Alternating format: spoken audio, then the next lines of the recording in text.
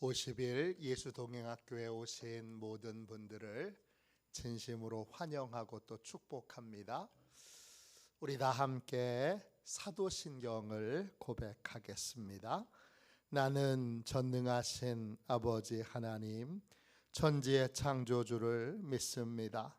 나는 그의 유일하신 아들 우리 주 예수 그리스도를 믿습니다. 그는 성령으로 잉태되어 동정녀 마리아에게서 나시고 본디오 빌라도에게 고난을 받아 십자가에 못 박혀 죽으시고 장사된 지 사흘 만에 죽은 자 가운데서 다시 살아나셨으며 하늘에 오르시어 전능하신 아버지 하나님 우편에 앉아 계시다가 거기로부터 살아있는 자와 죽은 자를 심판하러 오십니다.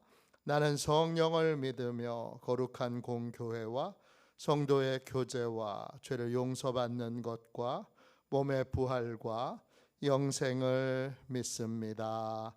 아멘. 우리 함께 찬양 드리도록 하겠습니다. 찬송가 325장입니다.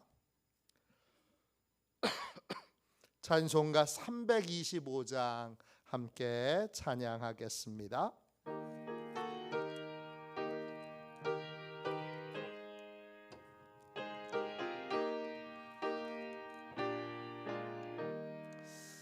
예수가 함께 계시니 시험이 오나 겁없네.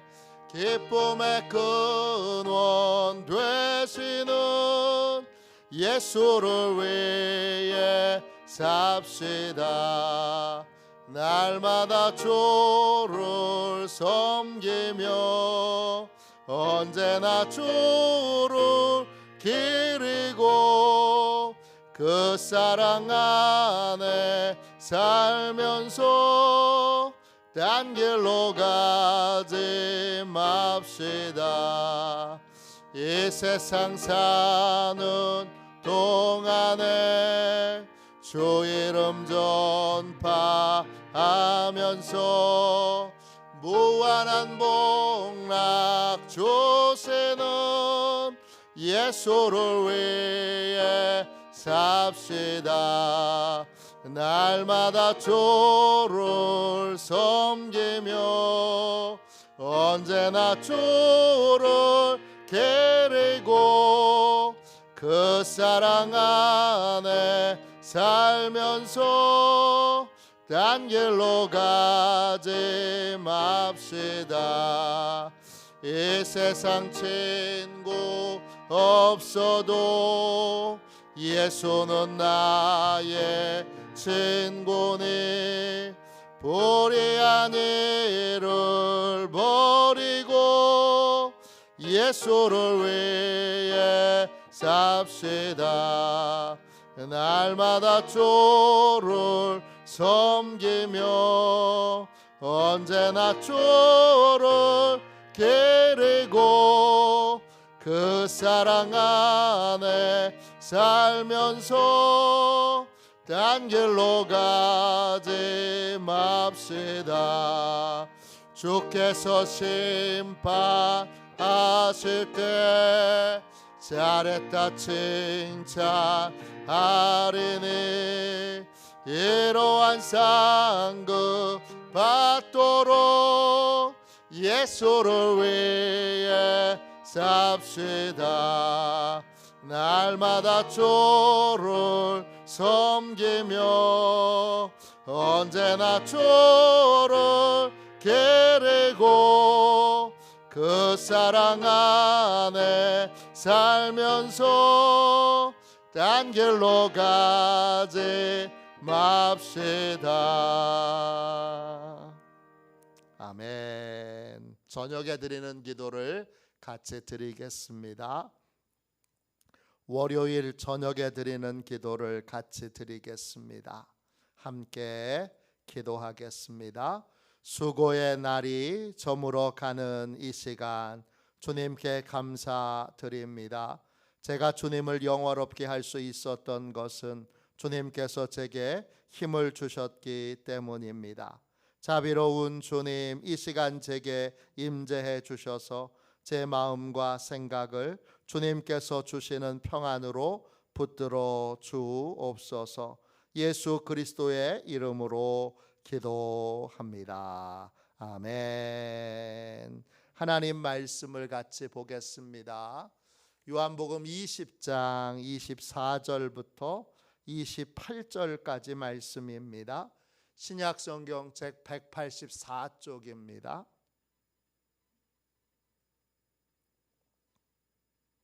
요한복음 20장 24절부터 28절까지 말씀입니다. 우리 귀한 말씀을 같은 목소리로 함께 읽겠습니다. 같이 읽습니다. 12 제자 중에 하나로서 디두모라 불리는 도마는 예수께서 오셨을 때에 함께 있지 아니한지라.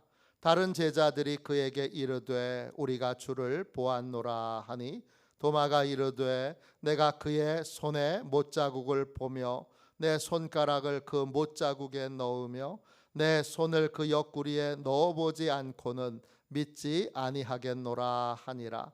여드레를 지나서 제자들이 다시 집안에 있을 때에 도마도 함께 있고 문들이 닫혔는데 예수께서 오사 가운데 서서 이르시되 너희에게 평강이 있을지어다 하시고 도마에게 이르시되 내 손가락을 이리 내밀어 내 손을 보고 내 손을 내밀어 내 옆구리에 넣어보라.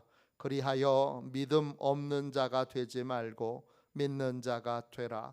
도마가 대답하여 이르되 나의 주님이시요 나의 하나님이시니이다. 아멘. 주님의 말씀입니다. 감사함으로 하나님의 말씀을 우리의 온 심령에 받았습니다. 작은 의심도 신뢰로 바꿔주시는 예수님, 작은 의심도 신뢰로 바꿔주시는 예수님, 이런 제목으로 함께 은혜 나누겠습니다. 예수님을 나의 주님으로 영접하고 나를 주님께 맡기면 그때부터 주님은 영원히 나와 함께 하십니다. 그런데 믿음의 길을 걷다 보면 주님이 정말 나와 함께 계시는지 의심이 들 때가 있습니다. 주님이 나와 함께 계시는 것이 믿어지지 않고 믿음의 삶에 큰 좌절과 낙심을 겪게 되는 일들이 생깁니다. 그럴 때는 주님은 나와 함께 계시지 않는 것 같으니까 불안과 두려움에 떨게 됩니다. 그럴 때 우리와 함께 계시는 주님은 도대체 뭘 하실까요? 오늘 같이 읽은 말씀에 12 제자 중에 한 사람인 도마가 나옵니다. 20장 24절입니다. 12 제자 중에 하나로서 디두모라 불리는 도마는 예수께서 오셨을 때에 함께 있지 아니한지라. 도마는 헬라어로 토마스입니다. 뜻은 쌍둥이라는 뜻이에요. 또 그에게 또 다른 이름이 있죠. 디두모라는 이름이에요. 디두모는 헬라어로 디두모스예요. 뜻이 똑같이 쌍둥이라는 뜻이에요. 도마는 쌍둥이였던 것 같습니다. 어떤 쌍둥이였는지는 모릅니다. 왜냐? 알 수 있는 다른 정보가 없습니다. 일란성 쌍둥이인지 이란성 쌍둥이인지 형제 쌍둥이인지 남매 쌍둥이인지 모릅니다. 어쨌든 쌍둥이인 것은 틀림없습니다. 예수님의 제자 도마는 예수님이 십자가에 못 박혀 죽고 나자 큰 좌절과 공포를 체험합니다. 도마는 어떤 제자였느냐? 예수님을 누구보다 사랑하던 제자였습니다. 얼만큼 사랑하느냐? 자기 목숨보다 더 사랑한다고. 주님을 위해서는 베드로처럼 죽을 수도 있다고 그렇게 고백했던 제자입니다. 요한복음 11장 16절입니다. 디두모라고도 하는 도마가 다른 제자들에게 말하되 우리도 주와 함께 죽으러 가자 하니라. 예수님께서 죽은 나사로를 살리기 위해 예루살렘으로 가신다고 하니까 제자들이 한 가지 사건이 떠올랐습니다. 유대인들이 예수님을 돌로 쳐 죽이려고 했던 것입니다. 예루살렘으로 돌아가면 또 유대인들이 예수님뿐만 아니라 예수님을 따르는 자신들도 돌로 쳐 죽일지도 모른다. 이런 두려움에 사로잡혀 있습니다. 이걸 보고 도마가 이렇게 외칩니다. 우리도 주와 함께 죽으러 가자. 대단한 믿음의 열정을 가지고 있는 사람입니다. 아무나 주님과 함께 죽으러 가자 그렇게 말하지 못합니다. 누구보다 예수님을 사랑했고 예수님을 위해 목숨을 버릴 각오도 했습니다. 그런데 예수님이 십자가에 못 박히시던 때에 그런 대단한 결심과 고백을 했던 도마는 제일 먼저 자기의 목숨을 살리고자 도망가 버립니다.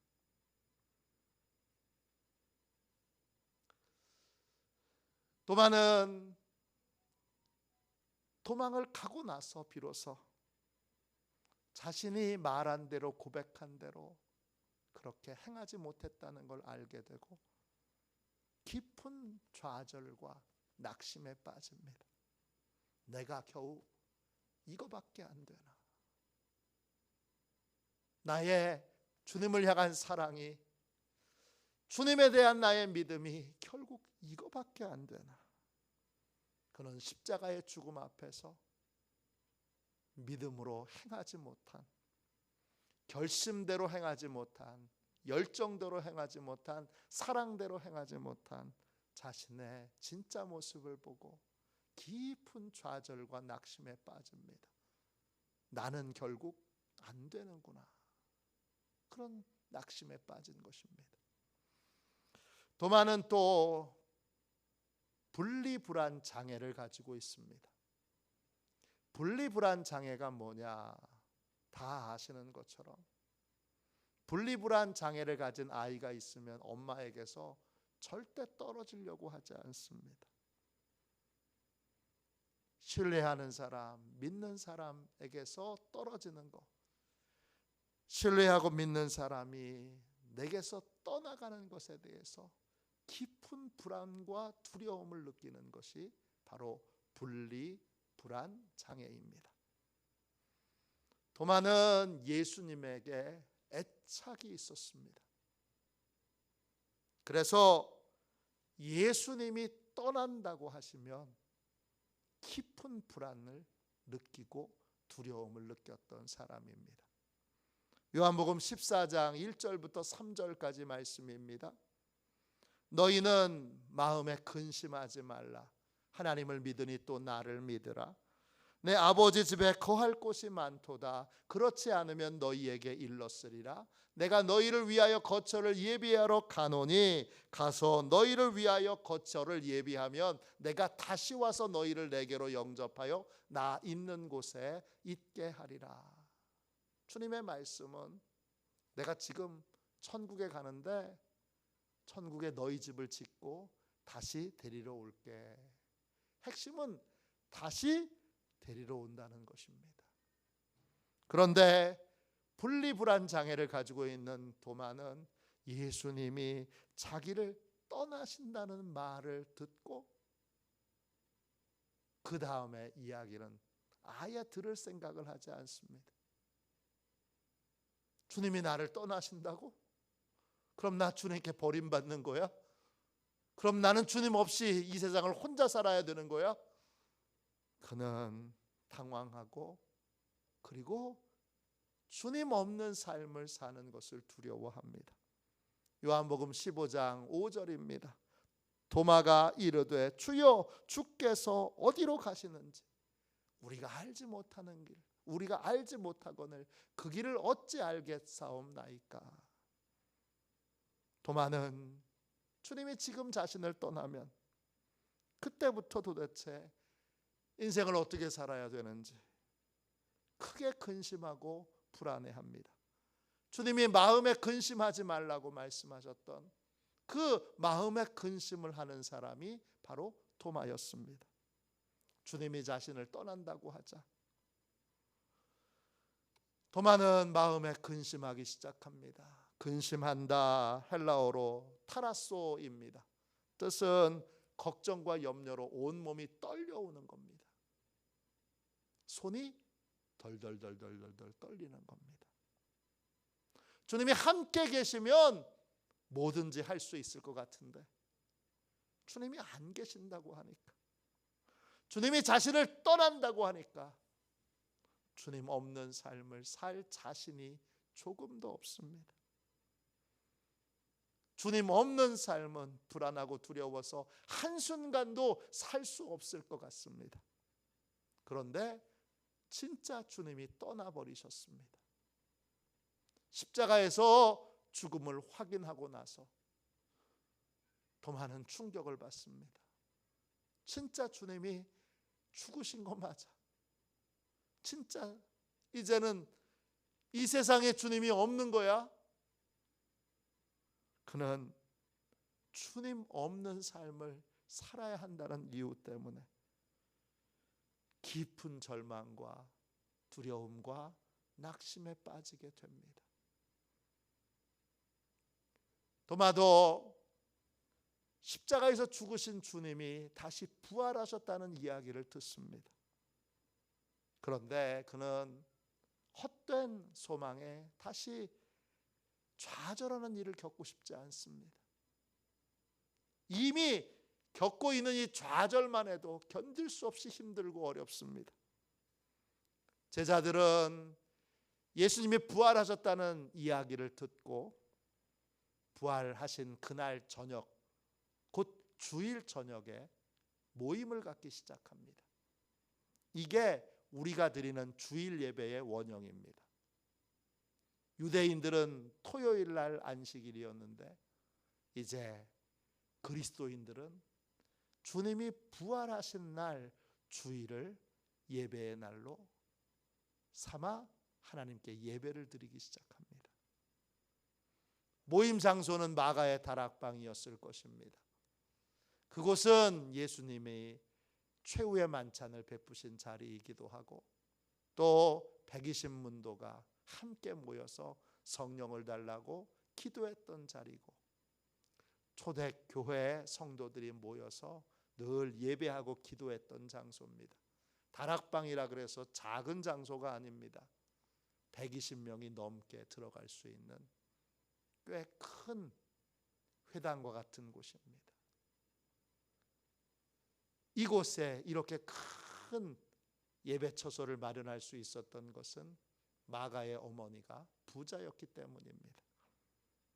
거기가 바로 모여서 모임을 갖던 장소였는데 첫 번째 주일 모임에 도마는 빠집니다. 왜냐? 좌절과 낙심이 너무 컸기 때문입니다. 그런데 부활절 첫 번째 주일에 부활하신 주님이 그 자리에 나타나셨습니다. 제자들은 그곳에서 부활하신 주님을 만나게 됩니다.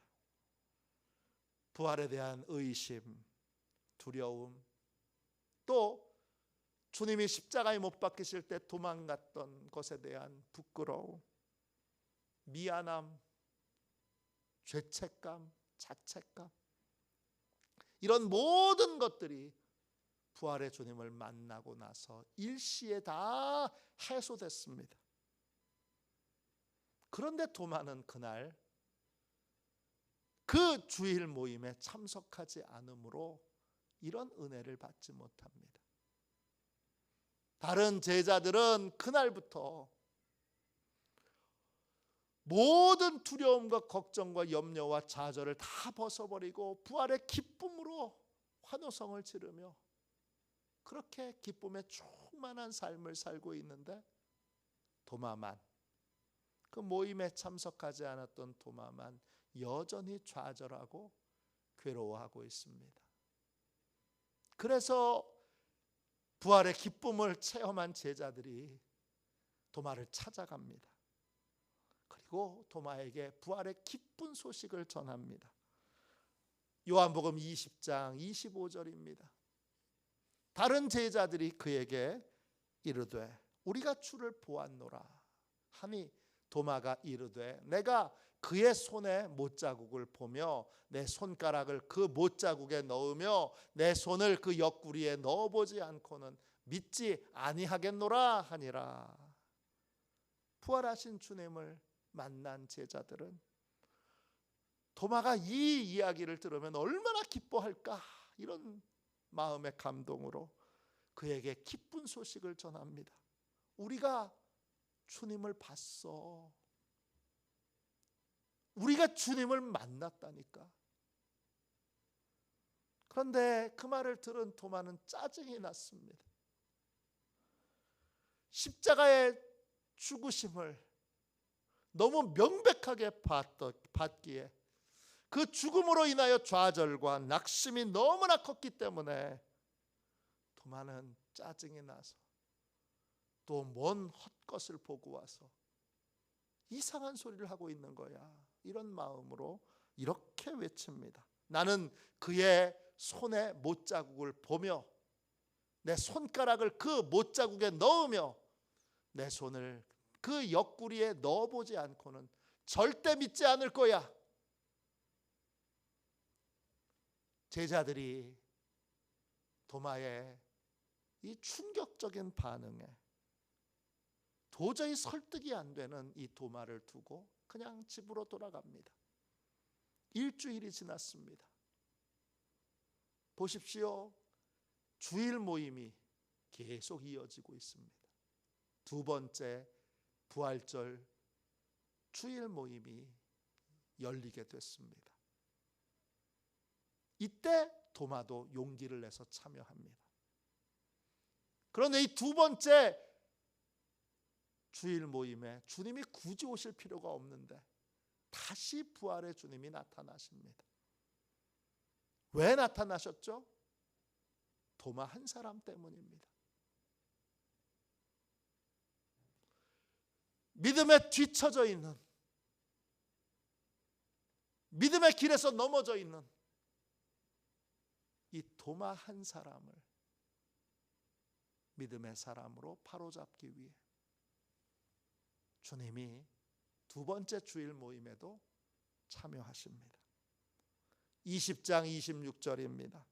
여드레를 지나서 제자들이 다시 집 안에 있을 때에 도마도 함께 있고 문들이 닫혔는데 예수께서 오사 가운데 서서 이르시되 너희에게 평강이 있을지어다 하시고, 오직 한 사람 도마를 위하여 도마의 좌절과 도마의 두려움을 해결하시기 위해 주님이 찾아오셔서 제일 먼저 하신 말씀은 너희에게 평강이 있을지어다 입니다. 누구에게 한 말입니까? 도마 한 사람에게 한 말입니다. 왜냐? 다른 제자들에게는 이미 이 말씀을 선포하셨습니다. 평강이 있을지어다. 무슨 뜻입니까? 평강, 헬라어로 에이레네입니다. 하나 되었다, 이런 뜻이에요. 누구와 누구가 하나가 되어 있는 거예요? 주님과 도마가 하나 되어 있는 거예요. 도마는 혼자인 줄 알아요. 그러나 주님은 단 한 번도 도마를 떠난 적이 없어요. 주님과 함께 죽겠다고 선언했던 도마가 예수님을 내버려 두고 내팽겨치고 그리고 자기 목숨 살겠다고 도망칠 때에도 주님은 도마를 떠나지 않으십니다. 누구보다 예수님을 사랑했다고 자부했던 도마가 주님을 배신하고 그리고 떠났을 때에도 주님은 도마를 떠나지 않으셨습니다. 도마는 주님을 배신한 자기 자신을 용서할 수 없었습니다. 주님이 얼마나 나에 대해서 실망하셨을까? 그래서 실망을 주님께 드린 자기 자신을 도저히 용서할 수가 없습니다. 그런데 주님은 한 번도 도마를 떠난 적도 없고 도마와 다 함께 늘 함께 계시며 도마의 모든 행동을 보시고 나서도 도마를 향한 사랑의 마음을 중단하거나 사랑의 마음을 거두지 않습니다.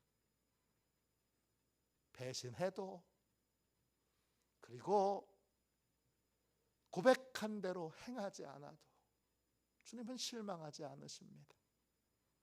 주님은 도마를 향하여 명백하게 평안이 있을지어다 라는 이 말을 통하여 이런 고백을 하십니다. 도마야, 나는 부족하고 모자란 널 있는 모습 그대로 사랑한단다. 내가 고백한 대로 하지 못해도 나는 네가 나를 얼마나 사랑하는지 잘 안단다. 하고 싶어도 안 되는 너를, 고백했어도 고백한 대로 하지 못하는 너를 나는 변함없이 늘 한결같이 사랑한단다. 이 고백으로 도마가 느꼈던 좌절, 난 안 돼, 결국 나는 안 되는 거야 했던 이 좌절을 주님이 치료해 주십니다. 주님은 평강을 선포한 다음에 도마를 향해서 다가오십니다. 그리고 그에게 이렇게 말씀하십니다. 20장 27절입니다. 도마에게 이르시되 내 손가락을 이리 내밀어 내 손을 보고 내 손을 내밀어 내 옆구리에 넣어보라. 그리하여 믿음 없는 자가 되지 말고 믿는 자가 되라. 주님이 도마가 말한 대로 들으시고 그리고 도마가 말한 대로 확인해 보라고 자기의 몸을 보여주십니다. 못자국을 보여주시고 여기 손가락 넣어봐. 옆구리에 창자국 보여주시고 그래 여기 넣어봐. 도마야, 나야, 진짜 나야. 너 떠나지 않았고 난 너를 한 번도 떠나지 않았어. 나는 늘 그리고 앞으로도 영원히 너하고 함께 있을 거야. 분리 불안 장애를 가지고 있는 도마는 주님이 떠나신 이후에 주님에 대한 믿음을 잃어버렸습니다. 그런데 주님이 영원히 널 떠나지 않고 함께 할 거라고 그 증거로 내가 다시 왔잖아. 그리고 내가 진짜 부활했다는 걸 명백하게 도마에게 증거로 보여주십니다. 그걸 확인하고 난 도마는 진짜 주님이시구나, 진짜 주님이 다시 살아나셔서 이제부터는 영원히 나와 함께 하시는구나, 이걸 알게 된 도마는 주님께 이런 고백을 합니다. 요한복음 20장 28절입니다. 도마가 대답하여 이르되 나의 주님이시요 나의 하나님이시니이다. 주님이 떠난 후 불안과 두려움으로 주님께 자신을 맡기지 못했던 이 도마가 이제는 주님께 다시 자기를 맡깁니다. 주님이 이제는 영원히 나를 책임져 주실 거라고 하는 확신이 들기 때문입니다. 도마가 뒤처져 있을 때, 도마가 믿음의 길에서 넘어져 있을 때 주님은 심판관으로 커트라인 통과 못했네, 아웃, 그러지 않으시고 주님께 맡겨진 인생은 뒤처져도 넘어져도 넘어진 다음에 일어나기 싫다고 외쳐도 끝끝내 주님은 일으켜서 천국 가는 길로 데리고 가십니다. 도마는 거기서 다시 한번 분명하게 이 사실을 알고 주님께 믿음으로 온전히 자기를 맡기게 됩니다. 주님이 내가 넘어질 때도, 쓰러질 때도, 쓰러져서 못 일어나겠다고 악을 쓰면서 반항할 때도 주님은 결국 일으켜서 나를 천국 가는 길로 인도해 가십니다. 주님은 끝까지 나를 책임져 주십니다. 네덜란드 화가 빈센트 반 고흐, 목사님의 아들입니다. 본인도 목회자가 되기를 원했습니다. 목회자가 되기를 원하여 그는 화가가 되기 전에 벨기에에 있는 광산촌에 들어가서 광부들에게 복음을 전하는 일들을 하게 됩니다. 어느 날 고흐의 눈에 가난한 이 광부가 입고 있는 옷이 보이는데 그 옷은 다른 물건의 포장지로 사용했던 그러한 천이었습니다. 포장재로 사용했기에 옷에 문구가 적혀 있었는데 등에 이런 문구가 적혀 있습니다. 깨지기 쉬운 물건이니 취급에 주의할 것. 이 문장을 읽는 순간 고흐는 큰 깨달음을 얻습니다. 그는 자신의 깨달음을 그날 일기에 이렇게 기록합니다. 그렇다. 인간이란 정말 깨어지기 쉬운 존재이구나. 나는 전도자라고 하지만 얼마나 자주 깨지고 깨어지고 있는가. 고흐의 고백처럼 우리는 누구나 다 깨지기 쉬운 존재입니다. 너무 연약하지요. 결심해도 지키지 못합니다. 고백해도 고백한 대로 못 삽니다. 그런데 꼭 알아야 될 사실이 하나 있습니다. 우리와 동행하시는, 우리를 떠나지 않고 우리와 딱 붙어 계시는 그 주님은 우리의 연약함을 아십니다. 넘어지기 쉽고 깨지기 쉽고 좌절하기 쉬운 우리를 너무나 잘 아시기에 깨어지기 쉬운 우리를 보호하시고 돌보시고 지키시기 위해 전심을 기울이십니다. 나는 깨어지기 쉽지만 깨어지지 않습니다. 왜냐? 주님이 늘 함께 계시면서 나를 보호해 주시고 지켜주시기 때문입니다. 주님이 함께 계시기에 내가 약한 건 문제가 되지 않습니다. 불꽃 같은 눈동자로 나를 보호해 주시고 강한 팔로 나를 도와주시기 때문입니다. 주님과 동행하고 있음을 아는 순간 연약한 것이, 모자란 것이, 자주 좌절하고 낙심하는 것이 아무런 문제가 되지 않습니다. 주님이 그런 연약한 나를 변함없이 사랑하시고 변함없이 나를 한결같은 사랑으로 책임져 주실 것이기 때문입니다. 우리가 이 사실을 온전히 믿을 때 우리는 주님께서 나에 대해서 실망하면 어떡하지? 내가 또 넘어지면 어떡하지?